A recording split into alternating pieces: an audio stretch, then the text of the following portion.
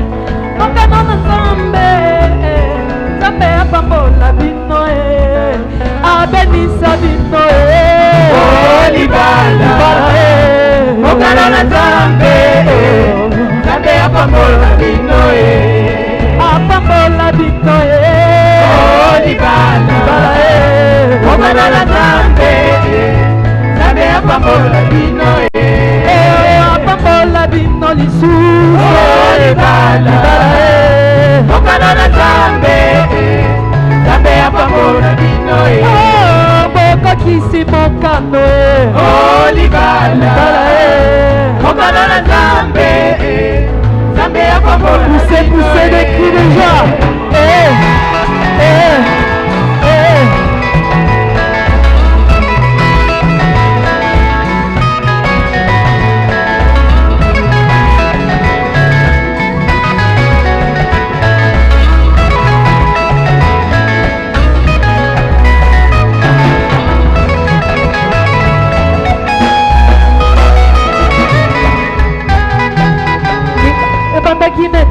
Papa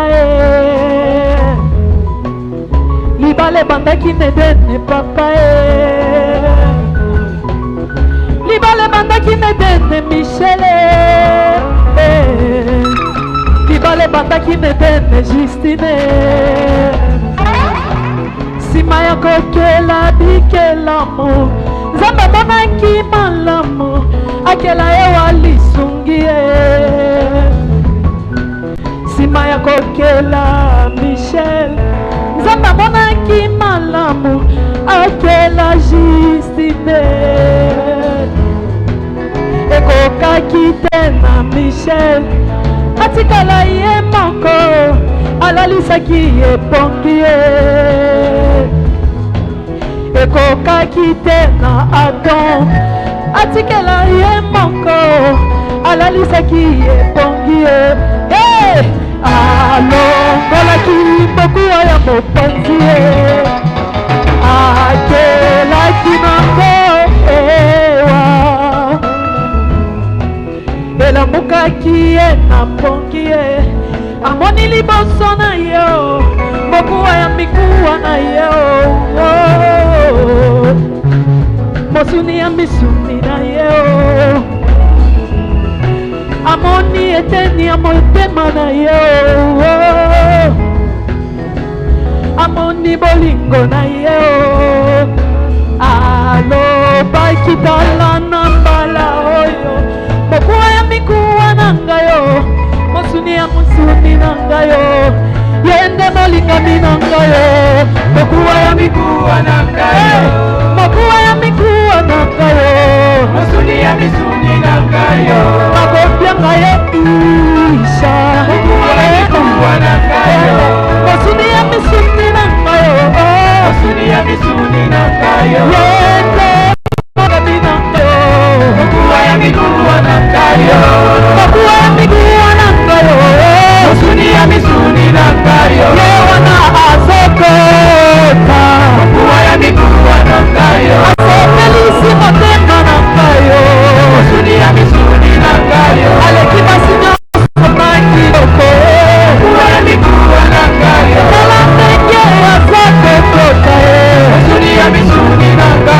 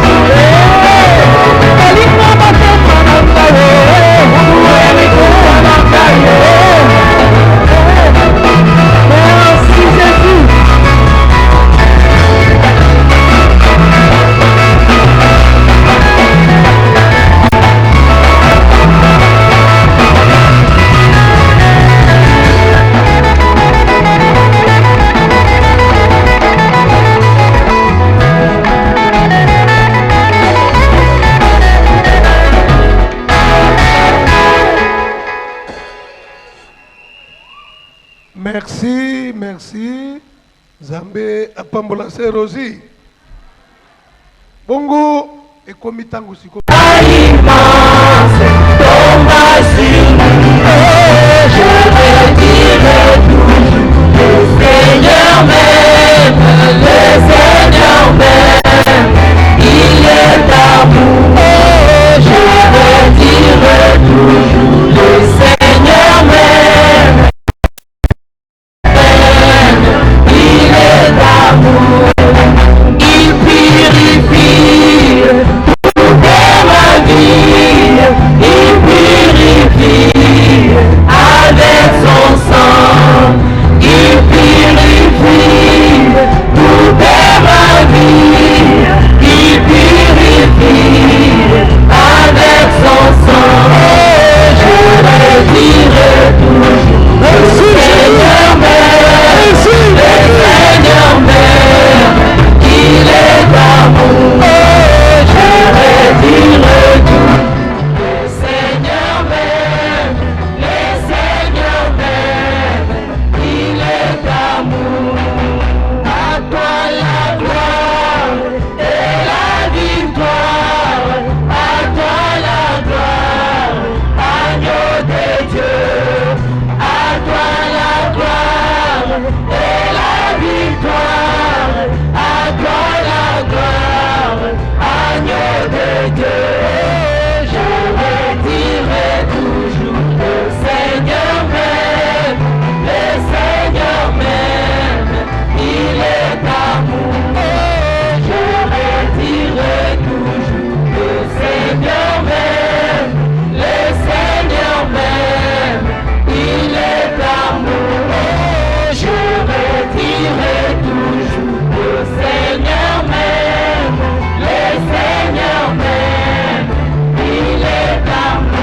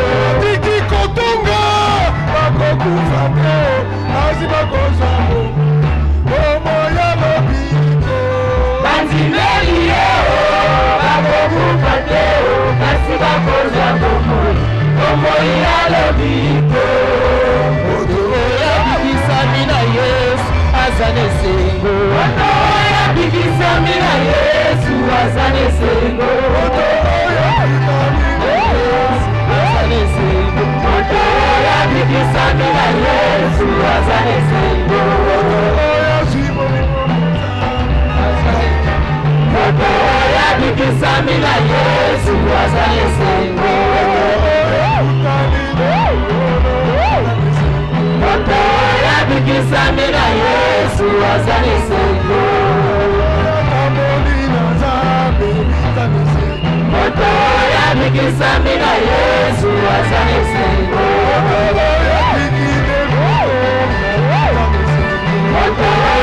Bikisami na Yesu azali sengo. Otoya bikisami na Yesu azali sengo. Otoya bikisami na Yesu azali sengo. Otoya bikisami na Yesu azali sengo. Otoya bikisami na Yesu azali sengo. Otoya bikisami na Yesu azali sengo. Otoya bikisami na Yesu kakurisa ye. Otoya bikisami na Yesu azali sengo. Otoya kongola mina ye, sikasantola ye. Otoya bikisami na Yesu azali sengo. Otoya simboli mona ye, sikasalela ye. Otoya bikisami na Yesu azali sengo. Otoya bikisami na Yesu azali sengo. Otoya bikisami na Yesu azali sengo.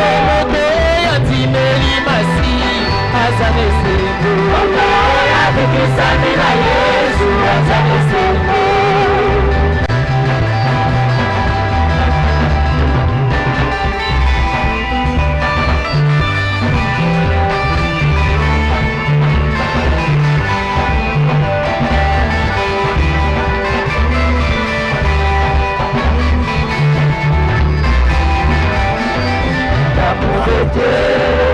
Et puis quand t'es là, oublie même de m'exprimer. Il va au-delà de la pluie d'étoiles. Il atteint il va s'en faire. Oh, les coupables, Satan sans foi, Dieu donna son fils pour faire à son enfant réconcilier et pardonner sans péché. Oh, l'amour de Dieu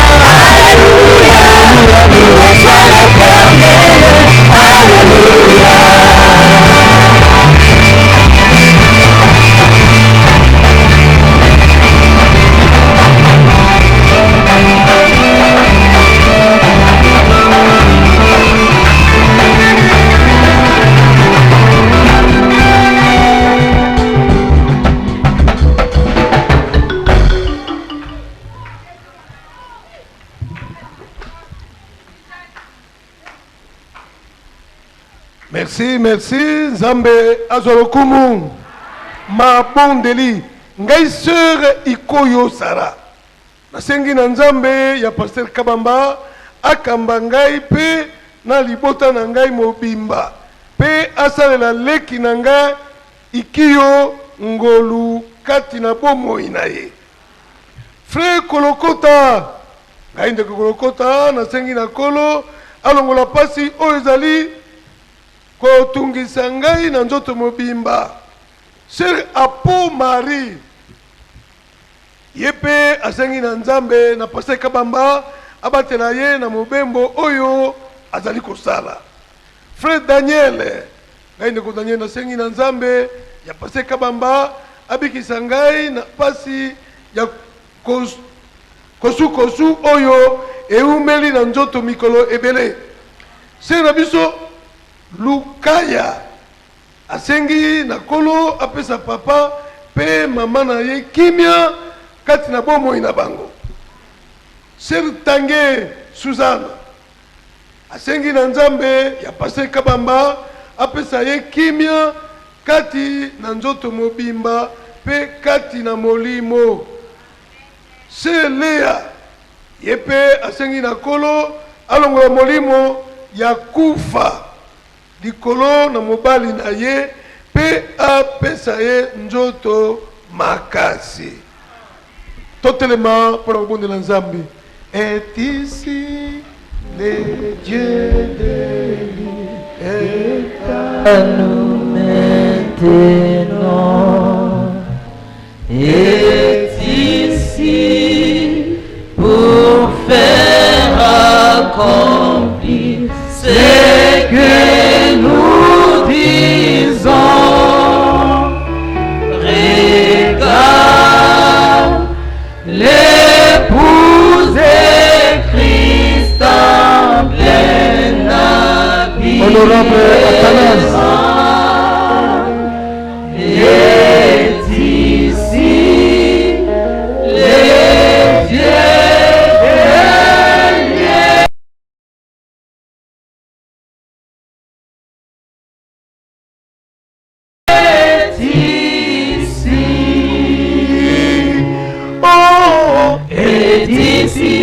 Les dieux et à nous maintenant.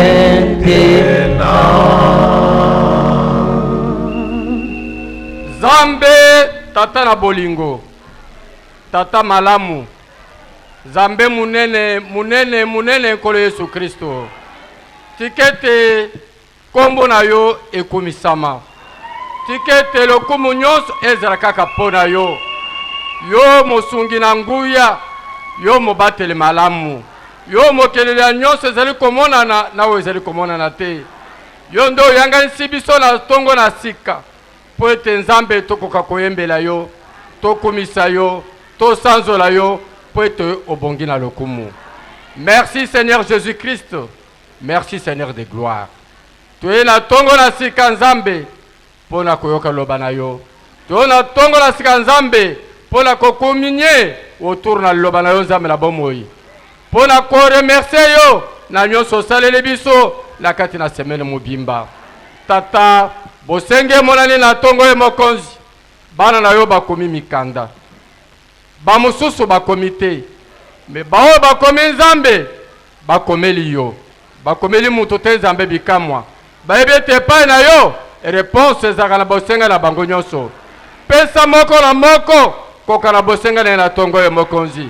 Pesa koleka tawo bango basengi Nzambe bikamwa. Bawo ba komite bakambo ezala mitema. Masenga mingi ezala mitema na bango. Kolelele ezala mitema na bango. Nzambe yo mona ka mitema na bana na batu. Pesa kola moko na bana na yo kokana ro basengi na tongo ya mokonzi. Merci Nzambe. Bawo ba ya malade. Bazala bosenga na lobiku. Na kombo na kolo Yesu Kristo. Bini milumu na ladi bobi makati na bana na Nzambe. Ba mususu Nzambe bazala bosenga na misolo pesa bango misolo. Ba mususu Nzambe bazanga ta bambongo ya kufuta bandaku. Bazangi bambongo ya kufuta bana klase. Nzambe kanisa bana na yo poete Nzambe la bomoi yo zali Nzambe monene kati na peuple na yo. nasengi nzambe na ngai kanisa bao bazala bahopito sasa ipi mokonzi ebele nkolo baza kokufa mpona kozanga mayala komifere soigner mais yo ozali le grand médecin esika médecine na mokili baza koshue nzambe tobiangi yo kati na mosala osala nzambe po ete témoignage ekoma mingi kati na esika mokonzi merci nzambe na biso toyebi ete ozali awa lokolo ozali awa mokonzi tosengi nkolo bikamwa ete nyonso ekoleka awa ezala sous contrôle na yo tosengi nzambe na biso ntango liloba ekwema na esika oyo nkolo epetola mitema na biso epetola bomoi na biso epesa biso vi epesa polo na sika kati na bomoi na bana na yo tata totiki paster na biso na maboko na yo nkolo bikamwa opesi biso na ye lokola likabu tosengi nzambe bitumba nyonso ezali koyela ye euta na nord euta na sud euta na est euta na ouest nyonso ezanga nguya likolo na ye ete baprojet nyonso na motema na ye mpo na tino na mosala yo nzambe yo okokisa yango banguna na ye bakoya bamoko na gauche bamosusu na droite ete nzambe banguna na losambo oyo nzambe na bomoi banguna ya ministere oyo opesi biso bango nyonso bayokisa masoni tata pambola losambo na tongo oyo pambola bana ya basi pambola bana ya mibali pambola basali na yo pambola directeur de champ na biso papa na biso Isidore Makambo tikete pambola mana yo tosenge pa na yo pambola ba office moko na moko na koleka nzambe totiki suite ya programme na maboko na yo nyonso koleka sima ezala sous contrôle na yo merci Seigneur Jésus na dimete oyoki pe kosala koleka na oyo tosengi po ete tobondeli na kombo eleki bakombo nyonso na kombo na Yesu Kristo amen. Merci bofanda balingami matondi ngai se honorine nakumisi kolo nzambe na kabamba ndenge abateli ngai na likama ya nyoka pe kozinda na mai tango nakendaki na bilanga se na biso bisi yo Pierrette alobi boye nakumisi nzambe na paster kabamba ndenge abakiseli ngai mbula moko likolo na oyo nazalaki na yango azalaki na boni ye moko ayebi se na biso esengo alobi nzambe na paster kabamba akumisama ndenge likambo na mwana na ye eleki na kimia nyonso frère bofalafala atondi kolo po abateli mwana na ye na mobembo oyo asalaki kokende pe kozonga se lifaifi suza atondi kolo alobi kolo asali bikamwa kati na ngai alongoli pasi ya tifoide oyo etungisaki ngai se na biso loni ya akasia atondi kolo alobi kolo azwa lokumu po nakokisi mbula tuku mibale na mibale ya mbotama frère Likwela Jean alobi nzambe ya paster kabamba azwa lokumu ndenge apesi ye mosala couple izope batondi kolo po alobi kolo azwa lokumu ndenge abateli biso mibale tofandaki likolo na nyoka vipe tango topemaki na 12 heures na kati na parcelle asali biso eloko te merci na kolo mbote yamba mbote parce obotela boito Gédéon uta Kinshasa atindeli yo mbote professeur Faustin Boyemba uta Kinshasa asukumeli yo mbote Ekodime merci.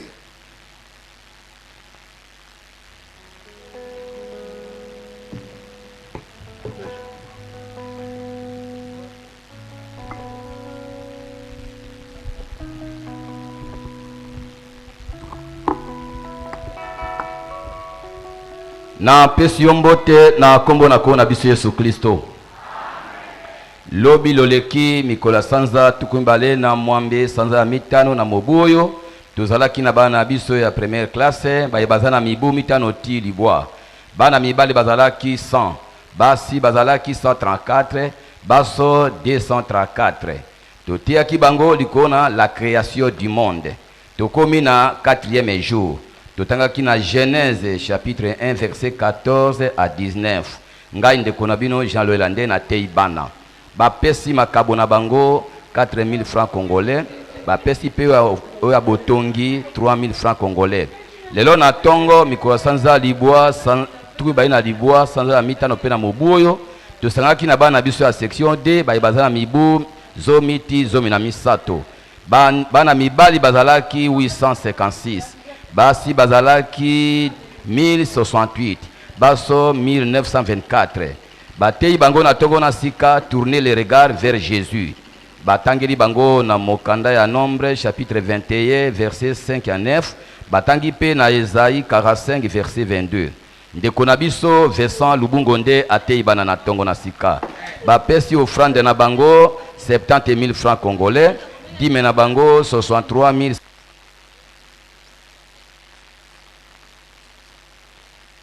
L'apôtre Mobimba bana nyonso bazalaki 2158.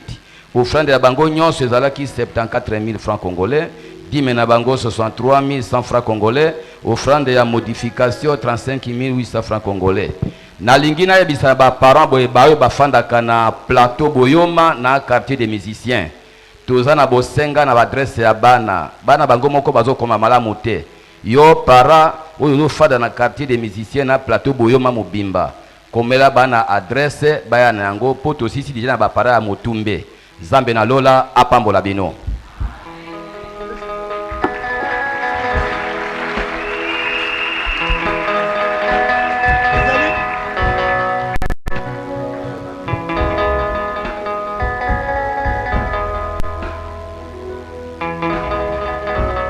Je vous salue tous au nom du Seigneur Jésus-Christ. Que Dieu vous bénisse. Que Dieu vous bénisse.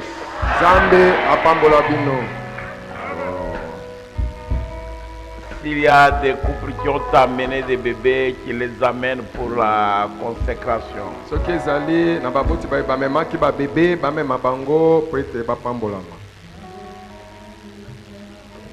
Nous voulons écouter la parole de Dieu.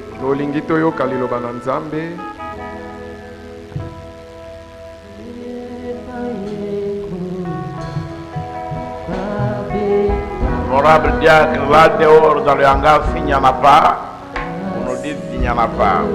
Honorable diacre, na hangar, soki ba maman bébé bazate, bolo ba bazate.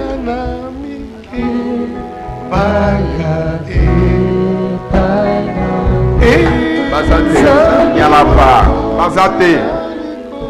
Nous allons appeler les gens d'anniversaire qu'ils viennent. Notre soeur Djunga Ketia. Nous avons aussi Djunga Keren. Nous avons notre soeur Mutombo Alphonsine. Que ces trois soeurs qui ont décrit pour leur anniversaire qu'elles viennent. Bandeko basato bakomi Sœur Djunga Keren, Sœur Djunga Ketia na Mutombo Alphonsine baya pona tobondela pona bango kokundola mibu ya mbotama. Que ces trois-là viennent aussi rapidement, qu'on les amène. Ma sœur Misato Ana baya penoki bamema bango. Nous te disons bon anniversaire. Nous te souhaitons bon anniversaire. Oh, que le Seigneur t'ajoute ses bénédictions. Au nom de Jésus-Christ, bon anniversaire. Nous te souhaitons bon anniversaire.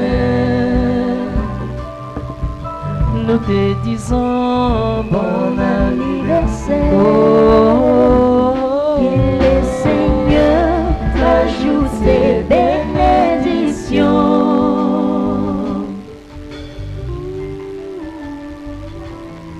Bien, je vais prier pour les anniversaires de ces dames qui sont ici. Na kobondela pona kokundala mibu ya mbotama ya basio bazaliawa. Tenez-vous Mais je vais prier pour vous. bosimba na maboko nalingi nabondela mpo na bino. Prions le Seigneur. Tobondela nkolo. Dieu notre céleste, Nzambe tata na biso na likolo.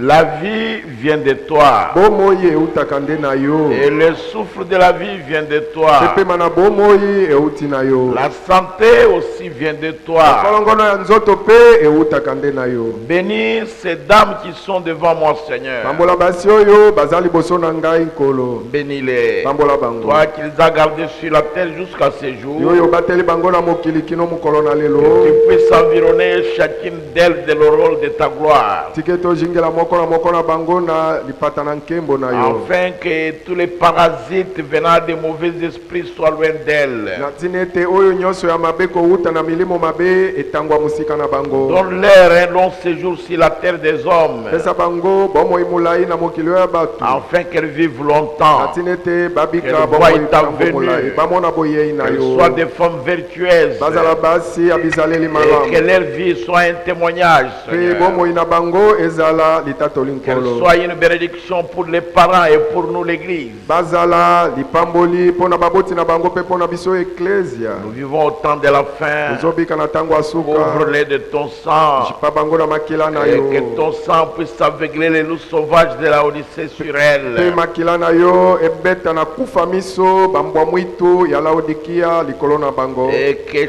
le soleil qui s'élève avec des bénédictions. Pe moyo oyo ekotanaka etandela bango na Et le soleil qui mapamboli. se couche avec les bénédictions Pe pour moyo oyo eux. ekolala kolala na mapamboli Que pona leur bango. vie soit une vie de délices Bomoi na bango ezala bomoi na elengi. pour ta gloire. Pona nkembo na Au nom yo. de Jésus-Christ. Na kombo na Yesu Kristo. Amen. Amen. Merci. Matondi.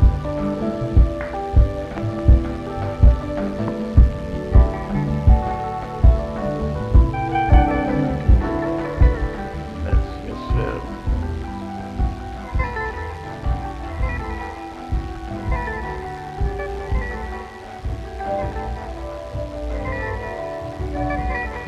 Nous allons nous mettre debout pour lire la parole de Dieu. Oui, Et je vais bénir le mariage. Boye tokotelema likolo mpo na kotanga liloba na Nzambe na nsima na kopambola libala. Ça, c'est vrai.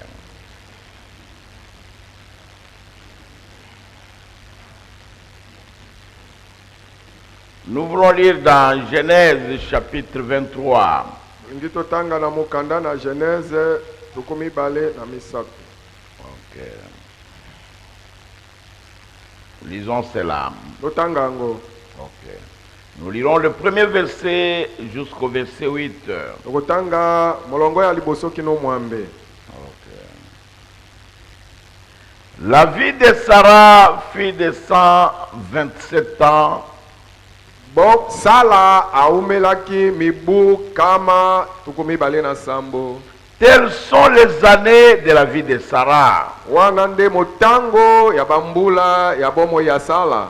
Sarah mourut à Kiridia Rabat et Hébron dans le pays de Canaan. Sara akofaki na Kirjaraba oyo ezali ebolona na mboka na Kana. Et Abraham vint pour mener deuil sur Sarah et pour la pleurer. Abala ya mayaki po asala matanga likolo na Sala pe kolela ye. Abraham s'éleva de devant son mort et parla ainsi au fils de Heth. Abala ya matelemaki liboso na mowei na ye pe asololaki boye liboso na bana na Eti. Je suis étranger et habitant parmi vous. Naza mopaya kasi nafandi kati na bino. Donne-moi la possession d'un sépulcre chez vous pour enterrer mon mort et l'ôter de devant moi. Bopesa nga mabele po na kokunda na tinete nakoka kokunda mowei na ngai pe nalongola ye na miso na nga. Les fils de Heth répondirent à Abraham en lui disant, Bana na Eti bayanolaki Abalama na kolobaka boye. écoute-nous, Yoka biso. mon Seigneur. Kolo na biso. Tu es un prince de Dieu au milieu de nous. Yoza mwana na mokonzi na nzambe katikati na biso. Enterre ton mort dans celui de nos sépulcres que tu choisiras. Yo kunda mowei na yo na moko na bakunda na biso e oyo yo moko kopona. Aucun de nous ne te refusera son sépulcre pour enterrer ton mort. Moko te kati na biso akoboyela yo kunda na ye po ete yo okunda mowei na yo. Abraham s'éleva et se prosterna devant le peuple du pays, devant le fils de Heth. Abraham atelemaki pe angumbamaki liboso na bana na mboka liboso na bana na Eti. Et il lui parla ainsi. Pe alobaki na ye boye.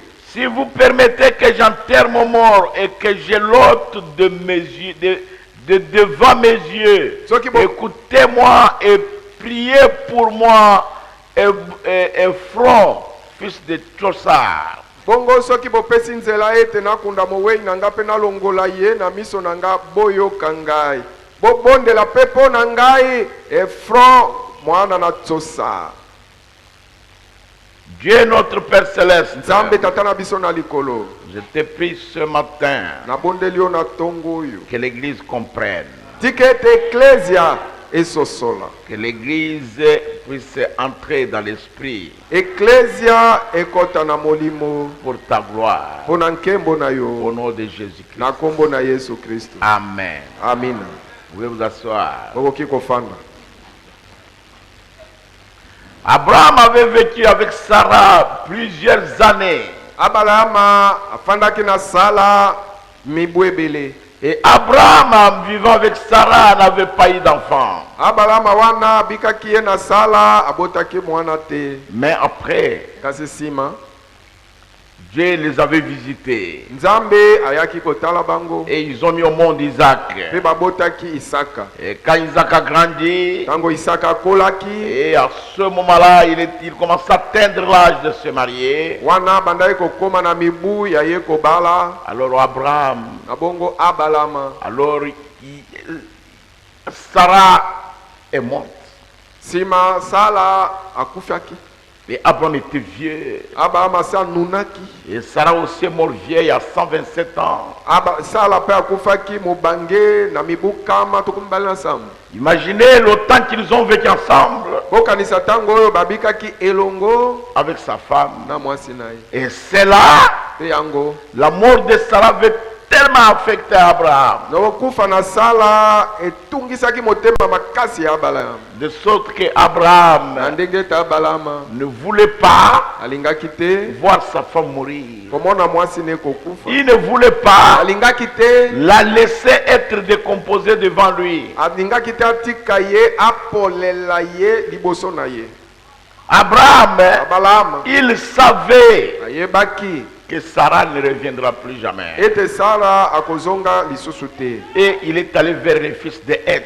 Pe Abrahama akei epai na mwana na Eti. Et il a leur demandé, Asengi bango. donnez-moi une terre Bopesa nga mabele pour enterrer mon mort ete nakunda mowei na ngai. et de l'ôter de devant moi. Pe nalongola ye liboso na ngai. Parce que la présence du cadavre de Sarah devant Abraham Po ete bozali ya ebembe ya Sala liboso na Abrahama ça pouvait aussi provoquer sa mort. ekokaki pe komema kufa ya Abrahama.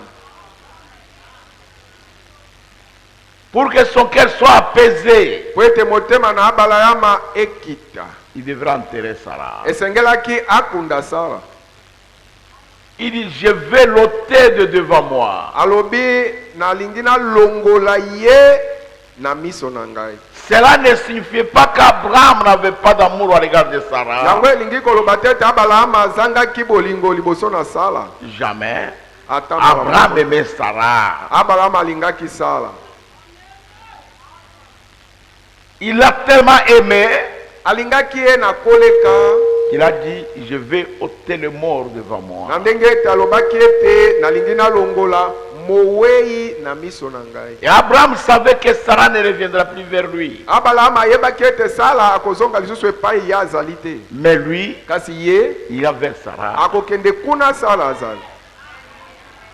Combien ont compris ça? Bato boni basosoli yango.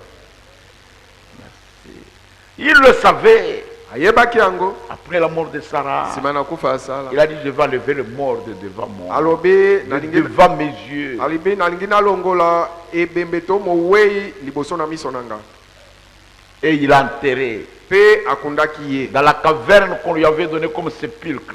kati na lilusu oyo bapesaki ye lokola lilita Et après la mort de Sarah, mpe nsima na kufa ya Sara Abraham s'est marié. abala yama abalaki La Bible dit, biblia elobi dans Genèse chapitre 25, verset 1, kati na genèse tukumbali na sambo eteni na liboso Abraham prit encore une femme nommée Ketura. abalama akamataki lisusu mwasi moko kombo na ye ketura Et lui enfanta Zimran, ketura abotelaki ye zimra Jokachan, jokashan Medan, medan Median, median Jishbak jeshbak et Shusha. na shusha Jokachan shokashan engendra Seba et Dedan. abotaki seba na dedan Les fils de Dedan firent les Ashirim bongo bana na dedan bazalaki ba ashurim et les Litishim et les Lemim. batishim na baremim Ainsi de suite. na bongo na bongo Verset 5. mitano Abraham donna tous ses biens à Isaac. abalama apesaki bojwi na ye nyonso na isaka Il fit des dons au fils de ses concubines. bongo apesaki makabo epai na bana ya bamakangu na ye Et tandis qu'il vivait encore, wana abalama azalaki naino na bomoi il les renvoya loin de son fils Isaac du côté de l'Orient, dans le pays d'Orient. alongolaki bana ya bamakangu na ye atindi bango mosika na ngambo na ebimelo na ntango mosika na mwana na ye Isaac. isaka Combien ont compris ça aussi? bato boni basosoli mpe yango Donc Abraham, dans sa vie, ngi koloba abalama na bomoi na ye il a connu ces deux événements-là. makambo mibale wana ekomelaki ye Sa femme est morte ya liboso mwasi na ye akufaki et il l'a enterrée akundi ye rapidement.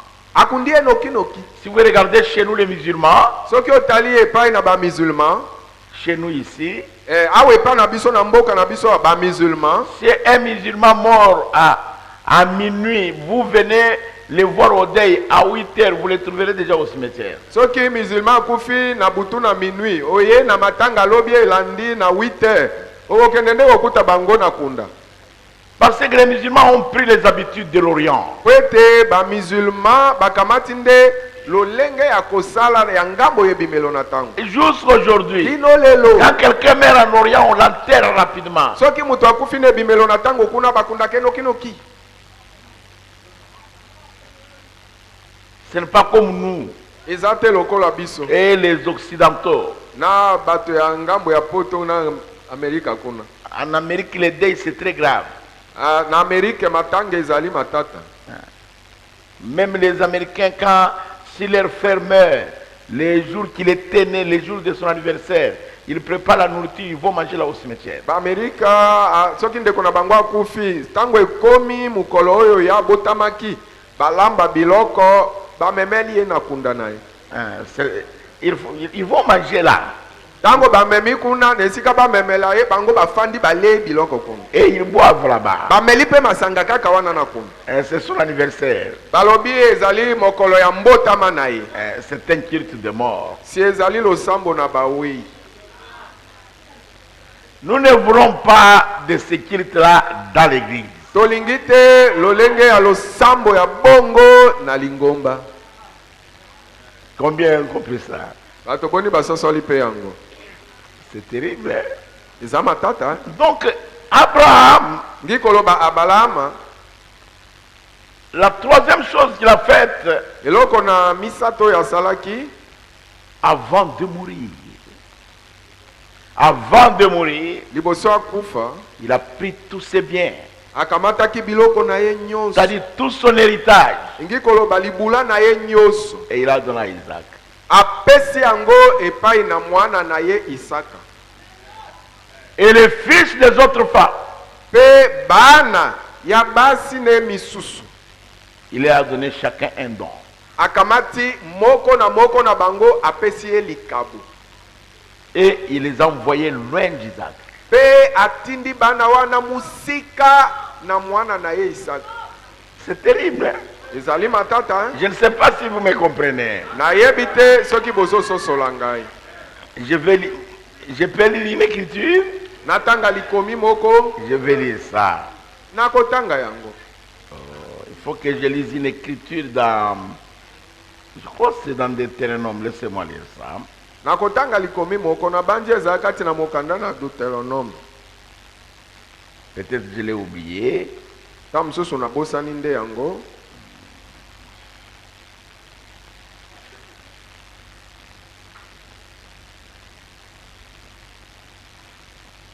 Parce que tout doit aller correctement selon les Écritures. Po ete makambo nyonso esengeli etambola ndenge elongo bani enge bene na makomi. Oui, je vais lire dans Deutéronome chapitre 21. Nazotanga na Deutéronome lokasa ya tuku mibale na moko. Je vais lire ça.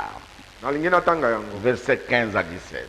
Na obanda na zomi na mitano na sukisi na zomi na sambo. Parce qu'Abraham, Po ete Abrahama après la naissance d'Isaac, sima na mbotama na Isaka, il y avait aussi Ismaël qui était... Avant la naissance d'Isaac, Ismaël était né. liboso kutu Isaka abotama, Ismaele pa abotamaki. Tu veux maintenant l'écriture. Siko bota bolanda makomi. Ça, c'est Dieu qui parle à Moïse. Oyo ezali nzambe kosololaka na Mose. Si un homme qui a deux femmes aime l'une et n'aime pas l'autre, Soki mobali oyo aza na basi babale, alingi moko alingaka o mosusu te. et s'il en a des fils dont le premier-né soit de la femme qu'il n'aime pas, Pe soki aboti bana babali, oyo esalami ete mwana na ye ya mobali ya liboso abotami nde uta na mwasi oyo ye alingaka te. il ne pourra point, quand il partagera son bien entre ses fils, reconnaître comme premier-né le fils de celle qu'il aime, à la place du fils de celle qu'il n'aime pas, qui est le premier-né. Akokoka te na tango ya kokabola biloko bozwi na ye epai na bana na ye, akokoka te akamata mwana na liboso ya mwasi oyo alingaka nde azwa ye lokola mwana na liboso, na esika azwa nde mwana na liboso uta na mwasi oyo ye alingaka te. C'est ça. C'est la Bible, est-ce que c'est moi? Eza bibili eza ngai te. Vous pouvez l'aimer comme vous voulez, Oki olinga mwasi na yo lokola yo olingi, mais kasi le fils, mwana le mobali, premier-né mwana mobali mobotami ya liboso de celle que tu n'aimes pas, oyo abotami uta na mwasi oyo yo olingaka te, où sa mère n'est plus là, to mama na ye azaka susu na libala epa na yo te, mais il est le premier-né. kasi mwana wana ye nde abotama mwana no mobali ya liboso. Verset 17. Zomi na sambo. Mais il reconnaîtra pour premier-né le fils de celle qu'il n'aime pas. Kasi papa akososola akozwa penza ke mwana na ngai ya liboso ya mobali ezali kaka mwana oyo abotaki euta na mwasi oyo ye alingaka ye te. Et lui donnera sur son bien une portion double. Pe akopesa ye likolo na bojui na ye eteni mbala mibale. Car ses fils Po ete mwana mobali wana est les prémices de sa vigueur. ye nde azali mbuma ya makasi na ye ya liboso. Le droit d'aînesse lui appartient. Makoki ya bokulutu ezali ya mwana mobali wana. Combien ont compris ça? Bato boni basosoli yango. Parce que Dieu, Po ete nzambe il connaît les hommes. ayebi batu. Il les connaît mieux. Il Ayebi nous batu connaît malamu. mieux que jamais. Ayebi biso koleka malamu. C'est terrible avec la Bible. Biblia makambo eza matata. Le premier-né Mwana ya liboso C'est très sérieux. makambo ezali Vous devez respecter ce droit-là si vous voulez être béni. so olingi opambola mesengeli otosa makoki ya bokulutu wana. Ça demande un minimum de gentillesse. Esengi mwa motema malamu moke. Je crois que j'ai dit la vérité. Na banzi nalobi solo. Laissez-moi lire une écriture Botika ngana tanga likomi moko ici dans Deutéronome. awa Parce que j'ai besoin de bénir le mariage. Po naza na posa na pambola libala. Ok. Je lis ceci à l'intention de tout le monde et à l'intention des mariés. Nazo tanga oyo po na batu nyonso pe po na babalani ya lelo. Tu ne porteras point, je suis dans Deutéronome 24. Deutéronome tukumi bale na mine. Nous lisons ça.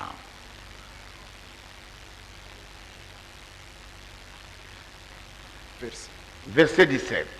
Nazo tanga na molongo ya zomi na sambo tukumi bale na minei zomi na sambo. Je vais lire jusqu'à 18. Nakotanga kino zomi na mwambi. Ok. Tu ne porteras point atteinte aux droits de l'étranger et de l'orphelin. Yo okoluka mindondo te to okobebisa makoki ya mopaya kati na bino te to oyo ya mwana oyo akufeli baboti. Les droits de l'orphelin. Oyo makoki ya mwana akufela baboti. La raison pour laquelle Dieu avait maudit Akab. Tina oyo nzambe alakelaka Akaba mabe. Tu ne peux pas. Verset 18. Zomi na mwana. Tu te souviendras Okokanisa tango que nyonso tu as été esclave en Égypte. ete yo moko pe ozalaka Et mowumbu. que l'Éternel ton Dieu t'a racheté. Pe yawe nzambe na yo asikolaki yo. C'est pourquoi je te donne ce commandement à mettre en pratique. Tala tina napesi yo motindo oyo ete yo otyango na mosala. Malaku oyo. Malaku oyo. Mibeko oyo.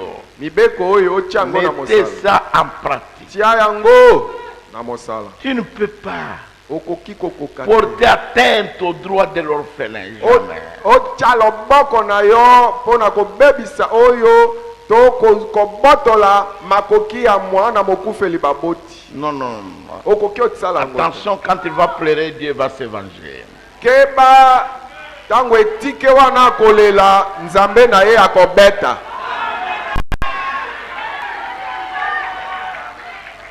C'est vraiment terrible. Hein? Nzama tata. Je suis en train. Est-ce que je peux lire ça aussi? Natanga pe yango. Ok. La religion, je lis dans Jacques chapitre 1. Yakobo moko. Jacques 1, Yakobo moko. verset 27. Molongo ya tukumi bale na sam. La religion pure et sans tache devant Dieu notre Père Oyo losambo peto pe zangi oyo lizangi litono liboso na nzambe tata na biso. consiste à visiter les orphelins et les veuves dans leur affliction. Ezali nde kokende kotala babitike na basi bakufeli mibali atango oyo baza kati na bolozi na bango. bolozi na bango. Ok. Et à se préserver les souillures du monde. Pe komibatela ete okota na bosoto ya mokili te. Soyez gentils Yozala motema malamu avec les veuves. na basi bakufeli mibali. Soyez gentils Yozala malamu motema avec malamu les orphelins. na bana bitike. Et Dieu vous bénira. Pe nzambe akopambola yo. Je crois que j'ai dit quelque chose. Na banzi nalobi mwa eloko moko. J'ai dit quelque chose à vous Nalobi eloko moko na yo. et à vous. Pe na yo. J'ai dit quelque chose aussi aux mariés. Nalobi pe eloko moko epai na babalani. Ok.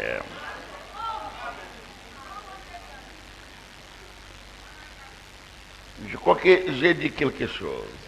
Na banzi penza nalobi eloko moko. Dieu est toujours miséricordieux à l'égard de ceux qui sont miséricordieux. Nzambe azali tango nyonso nzambe na mawa epai na baye bayokelaka pe basusu mawa. Ok. Je crois que c'est bien. Na bandi eza malamu. Je vais lire une écriture, et je vais lire seulement 2 paragraphes du prophète. Nalingi natanga kaka milongo paragraphe mibale pamba ya mosakoli. Je vais laisser du temps au prédicateur. Nakotikela motei, nalingi natikela motei tango. Et puis moi, quand je lis ceci, je bénis le mariage. Soki natangi milongo mibale oyo sima na pamboli na nga libala. Ok. Je peux lire ça. Natanga yango. Je vais lire ça dans là où je pense les pentecôtistes ont failli. Nakati na litera na mosakoli oyo elobi ete epai nga nakanisi ete bato na kitela bakwei. Paragraphe 61. Tuku motoba na moko. Jusqu'à 62. Kino tuku motoba na mibale. Écoutez, Boyoka. j'ai un gros pauvre petit garçon de 5 mois à la maison ce soir. Naza na mwana kabakata ya bebe ya sanza mitano na poko oyo na ndako na ngai. Vous tous vous souvenez de cette prophétie à son sujet. Bino banso bokanisi oyo esakwele epesamaka likolo na mwana mobali wana. Tout le monde se moquait de moi et disait ah. Mutunyo batu banso babandaki kosekaseka ngai babandaki koloba ah. Je pensais que tu allais voir un Joseph, il est venu. Tokanisaki ete okozwa okobota nde Joseph aye. Mais Joseph est venu. Kasi Joseph aye. Dieu avait dit qu'il allait venir, le voici. Nzambe alobaki ete nakobota Joseph tala yeo. Il est arrivé. Yeo yasi akomi. J'ai ici un garçon de 10 ans. Nazali awa na elenge mwana mobali ya mibu zomi. Une petite fille ici de 4 ans et une autre de 8 ans. Moi elenge mwana mwasi moko awa ya mibu minei mususu ya mibu mwambe. Vous pourriez dire n'importe quoi à mon sujet et ce n'est pas grave. Okoki koloba oyo nyonso yo olingi likolo na ngai eza ta likambo te. Peu m'importe ce que vous me traitez. Ata boloba loba na ngai likambo nini etali ata ngai te. Ne parlez pas de mes enfants. Kasi bosolola te likolo na bana na ngai. Ne soyez pas gentils envers moi. Bozala na boboto motema malamu epai na ngai te. Soyez-les envers eux. Bozala nde na boboto motema malamu epai na bana na ngai. Dieu sent la même chose. Nzamba yokaka pe kaka bongo. Ceux-ci sont ses enfants. Ba oyo moni baza bana na Nzambe. Nous devons être bons l'un envers l'autre. Sengeli tozala malamu moko epai na Nous mosusu. devons être honnêtes l'un envers l'autre. Sengeli tozala sembo ya motema moko na mususu. Comment les gens peuvent-ils être malhonnêtes l'un envers l'autre et ensuite dire qu'ils sont chrétiens? Ndenge nini bato bakoki kozala bato ya mitema mabe kosalelana mabe na mayele mabe moko na mususu pe sima baloba baza ba Kristo. Cela dépasse mon entendement. Makambo wana eleki ata mayele na ngai. Comment pouvez-vous être malhonnête envers votre frère? Ndenge nini okoki osalela ndeko na yo makambo mabe na mayele Comment mabe? pouvez-vous faire la falsification d'une chose ou d'une autre? Ndenge nini likambo ezali boye yo bongoli yango lobeli yango na ndenge mosusu na likambo moko to mosusu? Et vous séparez de votre frère uniquement parce qu'il ne s'accorde pas avec vous sur quelque chose. Ndenge nini pe ozokabwana na ndeko na yo kaka po ete azangi koyokana na yo likolo na likambo moko?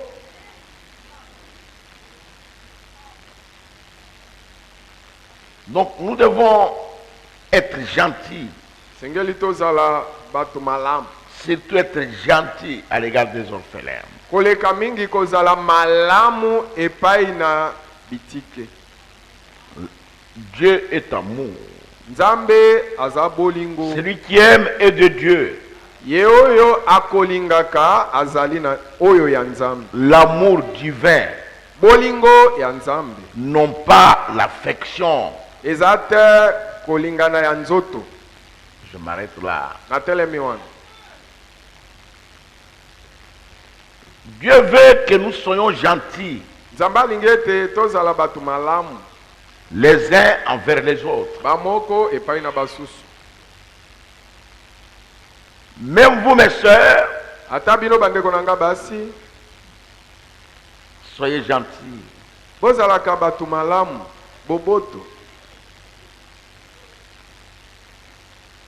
J'ai dit quelque chose. nalobi eloko moko. Soyez gentils. bozalaka malamu boboto. Un frère vous a épousé. ndeko mobali moko abali yo. Peut-être après la mort de sa femme. ta mosusu nsima na kufa ya mwasi na ye. Du vivant de sa femme, vous ne vous étiez jamais rencontrés. na ntango mwasi na azalaki nano na bomoi bokutanaka ata mbala moko te. Vous n'étiez pas des rivales. bozalaka mpe na mwasi na ye bambanda te. Après la mort de sa femme, nsima na kufa ya mwasi na ye, il vient t'épouser. frère wana aye kobala yo. Vous n'avez pas de rivales. kino wana yo oza na mbanda te. Et les enfants ne peuvent pas être vos rivaux. Pe bana oyo okuti bakoki kozala pe bambanda na yo te. Non, ce sont des orphelins. Bana wana baza na bango ka bitike. Est-ce que j'ai dit la vérité? Nalobi solo. Combien sont d'accord avec moi? Bato boni bandimani nanga na o nalobi. Je crois que j'ai dit quelque chose. Na bandi nalobi eloko moko hein. Soyez bons les uns envers les autres. Bozalaka na boboto bamoko epai na basusu. Et vous frères, Pe yondeko. après la mort de votre femme, Sima na kufa ya mwasi na yo. si vous allez vous marier, Soki oke kobala. cette femme-là, Mwasi oyo oke kobala wana. c'est une femme à part entière. Azakaka mwasi lokola mwasi nyonso. Elle ne vient pas là comme domestique de vos enfants. Aye wana te lokola mwana musala ya bana na yo. Ne dites pas, Oloba te. si je vois avec mes enfants, alors c'est fini, ça sera fini avec vous. Soki na moni osimbi bana na ngai libala ngano esili. À ce moment-là, Atangu wana vous éduquez mal les enfants. ozo lakisa bana mabe. Parce que vous ne resterez pas à la maison. Po yo okofandaka na ndako te. C'est cette femme-là qui va rester avec eux. Mwasi wana ndako fanda na ndako na bana ngo. Est-ce que je vous dis la vérité? Nalobi C'est solo. elle. Eza mwasi wana. Ne donnez pas l'argent aux enfants en cachette. Obanda te kobenda bana pembeni opesi bango mbongo pembeni. Non, non, non, non. Tete. Laissez que cette femme qui est devenue leur maman, qu'elle leur achète les habits, qu'elle leur donne l'argent.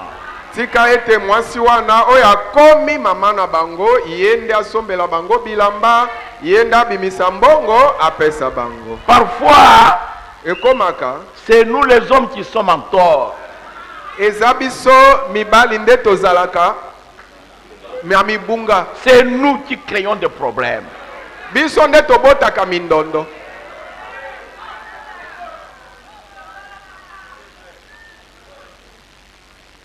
Les enfants doivent être corrigés.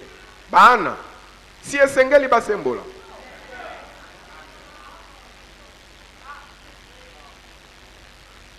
Si on peut les traiter comme des œufs, Soki lisusu bakomi kolea bana lokola maki. à ce moment-là, Wana attendez, yozela tata. vous allez récolter mauvais fruits. Okobuka mbuma ya kopola. Je vous dis la vérité. Nalobi na bino solo. Moi j'étais orphelin. Ngai oyo nazalaki. Mon père est mort, j'avais 10 ans. Tata na nga kufaka naza na mibu zomi. Vous devez faire attention. Sengeli bokeba. Quand vous vous engagez dans le mariage, Soko ndimi kokota kati na libala. considérez votre condition Yo tala lolenge yo zali. et mariez-vous en conséquence. Pe balama na koyeba kamaka. La Bible dit, Biblia lobi. je ne vais pas aller trop loin. Je peux dire beaucoup de choses. Na kokiolo ba makambo ebele. Joseph, Yosef Je ne sais pas, il avait déjà à peu près 48 ans, je ne sais pas. azalaki na bandi asa komisaki mibutu kumine na mwambe na ebite. Et Marie avait 18 ans. Pe Maria azalaki kaka na mibu zomi na mwambe pam. Et Joseph l'a épousé. Yosefu abali Maria. Si c'est aujourd'hui, Soki kasi ezalaka lelo. on devrait dire Mbe balobi. et papa Mukolo boye. Tata koko boy. Oh. Moi je m'étonne. Oh, ngana kokamu. Ezali kaka papa Mukolo nde abalaka mwasi ya muke. Iko tule baba mwenye anagua mingi njoo anaowaka bibi mwenye akingai na miaka kidogo. Il ne faut pas faire de nos enfants. Bon, même si c'est Emmanuel Macron, est-ce qu'il peut. Vous, le problème, hein, j'ai dit à nos jeunes garçons, j'ai chassé un autre chez moi. Et il est allé dire chez eux, le pasteur n'est même pas, il m'a chassé. Boye isa bana na biso mibali ba Emmanuel Macron te bon nalingi nalobande mwana moko mobali na bengana kiepa na ngai ta ke koloba na baboti na yete pasteur alingaka ngai ta bengana. Il est assis là-bas, je dois parler. Awa nazolo ba fandi wa le vois. Na si na moni etango nazolo. Je lui ai demandé, je lui ai dit, papa, tu as quel âge? Natuni papa mbula nweza nano boni. Il me dit, oh, j'ai 23 ans. Alobi nazana mibutu kumi bale na misatu. Mais cette dame a quel âge? Natuni mwasi oyo azana mibu boni. Il me dit, oh non, elle a seulement, elle dit, pasteur, elle a seulement 32 ans. Alobi pasteur, azali kaka na mibu tukumi sato na mibale pamba. Moi, je lui ai dit, ngana lobi na ye, quand elle va mettre au monde, tango kasi akobota, c'est toi qui vas commencer à la laver. Yonde okobanda ko sukula ye. Okobanda ko sukola nzoto. Parce qu'elle est fatiguée. Po akolembela yo liboso. C'est pourquoi Dieu a fait ça. C'est l'ordre que Dieu a mis dans la nature, qu'elle soit jeune et que toi tu sois plus âgé que lui. Tu vas commencer à te fatiguer avant elle. Elle sera capable de te transporter. Moi je te dis la vérité. Olema onuna liboso na ye nde ya banda komemaka yo. Si elle est déjà fatiguée, elle va te transporter. Bongo soki ye mwasi pona ko banda ya sa milembeli kuna akomema yo. Je crois que vous avez compris. Na bandi bososoli. Que le frère Michel Mopanga vienne. Ndeko mobali Michel Mopanga aya. Mettez-vous debout, Michel, venez ici. Michel Etelemayaka.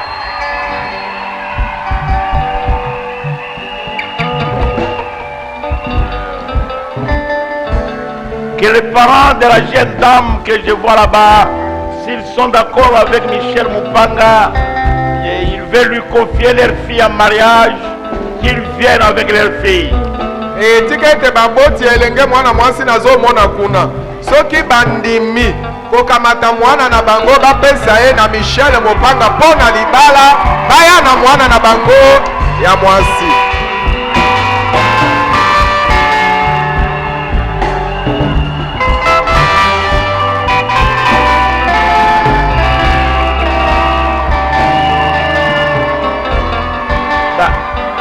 Déco, il va se faire la tête pour l'année.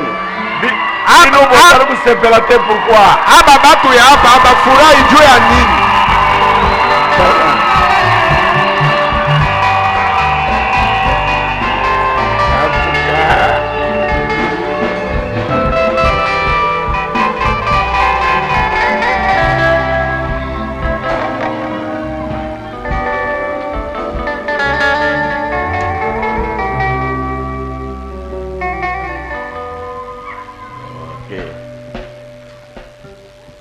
Na lingaki na tuna yo, est-ce que garçon yo pesi misori alibala nyonso mpona mwana na bino? Je voudrais vous poser la question, est-ce que ce garçon a tout donné comme dot et consort pour votre fille? Exactement, papa a pesi nyonso.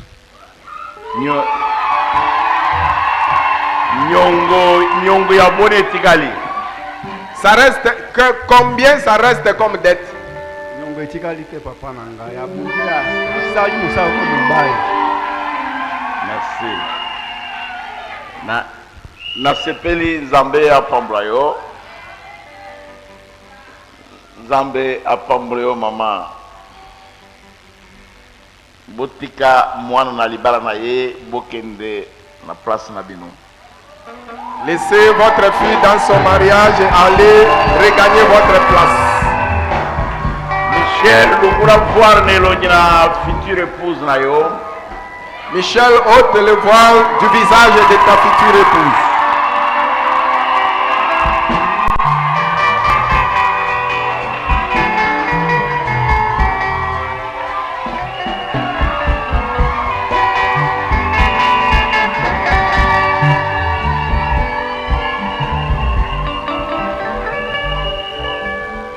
Na lingaki na tuna Michel Mpanga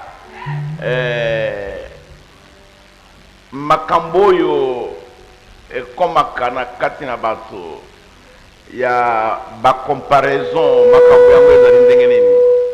Je voudrais poser une question à Michel Mopanga. Ce qui arrive aux hommes, aux humains, de faire des comparaisons. Mais comment cela se passe-t-il? Merci papa pour na kopesa nga maloba. Makambo ya comparaison eza te. Na kosala comparaison moko te. Nga na lingi Justine.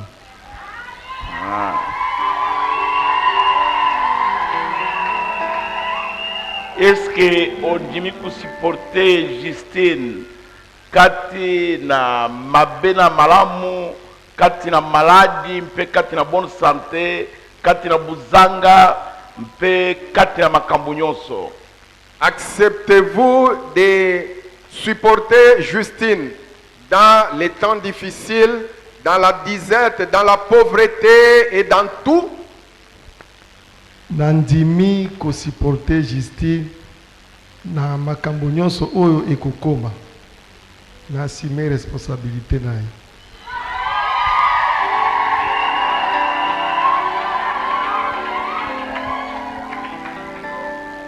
Na lingaki na tuna Justine avant on dit ma Michel oibete Michel azana bana boni.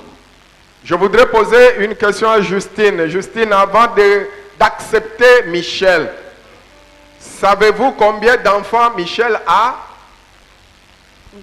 Iyo papa na ebi nombre na bana na biso. Bazali combien? Toza na bana 4. Bon.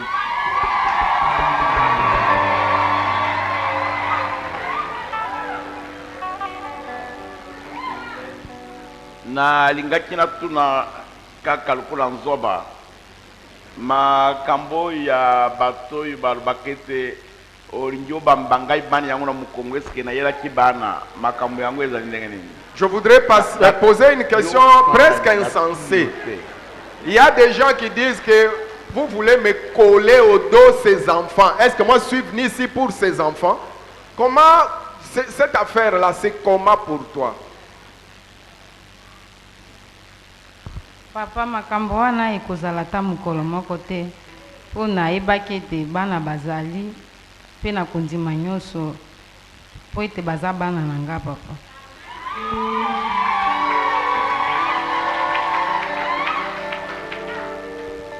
Gai na pesi otoli boti ya mesa na pambula libala na pesi toli lukula mubateli na yo ete kamata bana wana lukula mama na bango.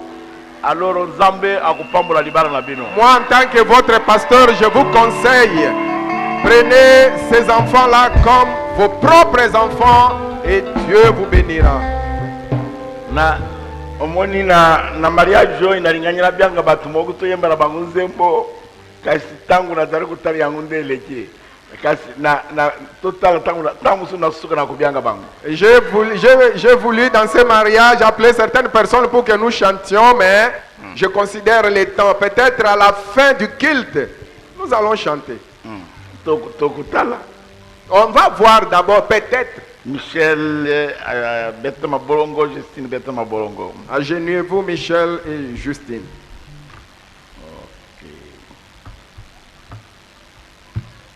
Merci.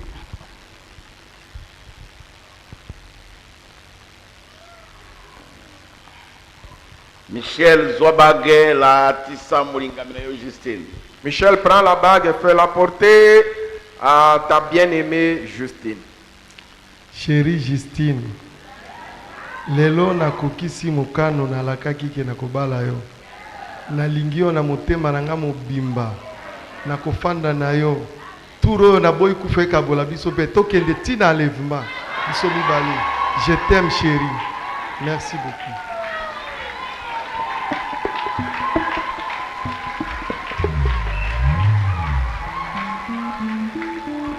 Justine Kamatabage la tissa Molingamina yo. Justine, prends la bague, fais la porter à ton bien-aimé. Michel, mon apocalypse. Lelo na miso ya Nzambe, pe na miso na pasteur na biso Christopher, na ndimi kolatisa yo lopete oyo parce que o mérite respect na fidélité. Kino mukolo Yesu akoya kozwa biso, tozala elongo.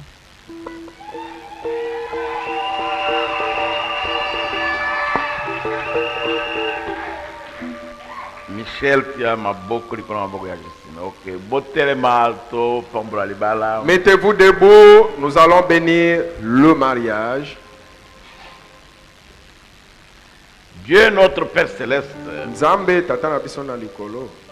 je te remercie ce matin parce que tu m'as permis de faire ce que toi tu avais fait pour la première fois dans le jardin d'Éden. Natondi yo na tongo oyo pe topesi nga nzela ete nasala oyo yo sala mpo na mbala na liboso na elanga ya Eden. Je déclare Justine et Michel, mari et femme ce matin. Natatoli ete Justine na Michel bakomi mobali na mwasi na ye na tongo alelo. En tant que berger du troupeau, je les unis dans les liens d'amour en Jésus-Christ. Nga lokola mokengeli netonga nakangisi bango na bikanganelo na bolingo kati na Yesu Kristo. Bénis les Seigneur. Pambola bango nkolo Qu'ils aillent, bakende qu'ils se multiplient, bafuluka qu'ils remplissent la terre, pe batondisa qu'ils mo mènent une vie heureuse babika bomo et yese une vie de prospérité pe bomo ya kofuluka pour ta gloire. pona nkembo na Au yo nom de Jésus-Christ. na kombo na Yesu Kristo. Amen. Amen. Amen. Amen. Applaudissez le Seigneur Jésus. Obetela nkolo Yesu maboko.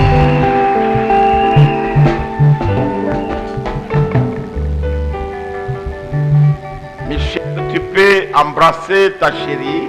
Michel okoki koyamba mwasi molingami na yo.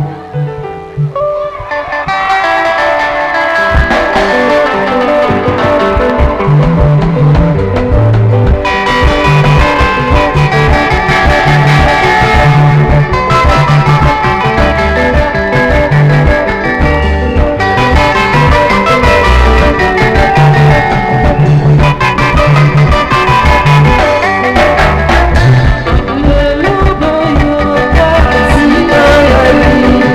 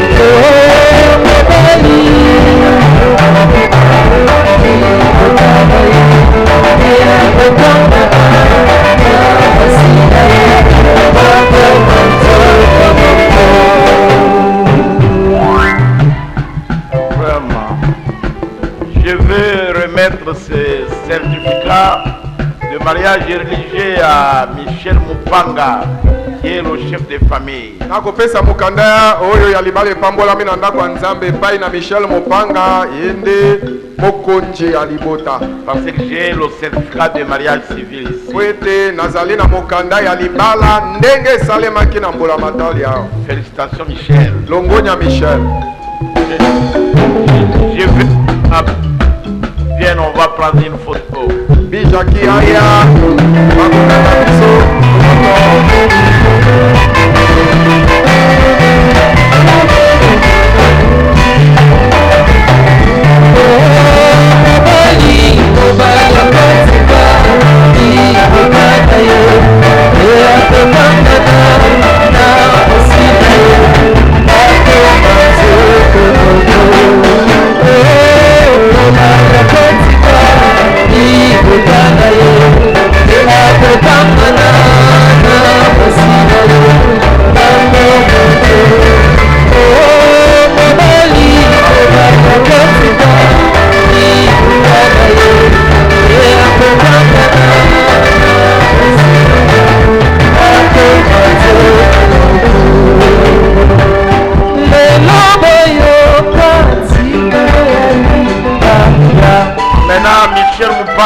Tu peux prendre ta chérie et vous partez. Michel Mopanga sikoyo oke okamata mwasi molingami na yo boke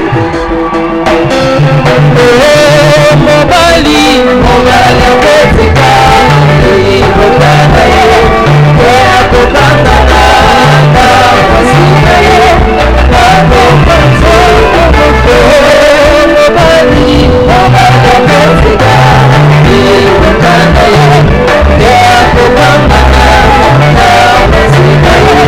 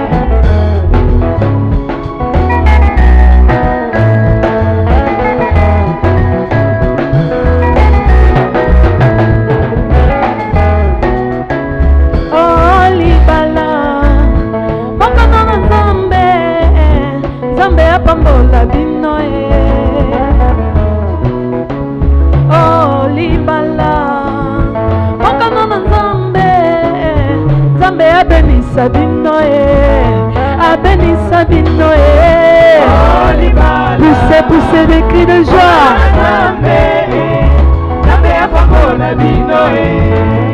pambola bino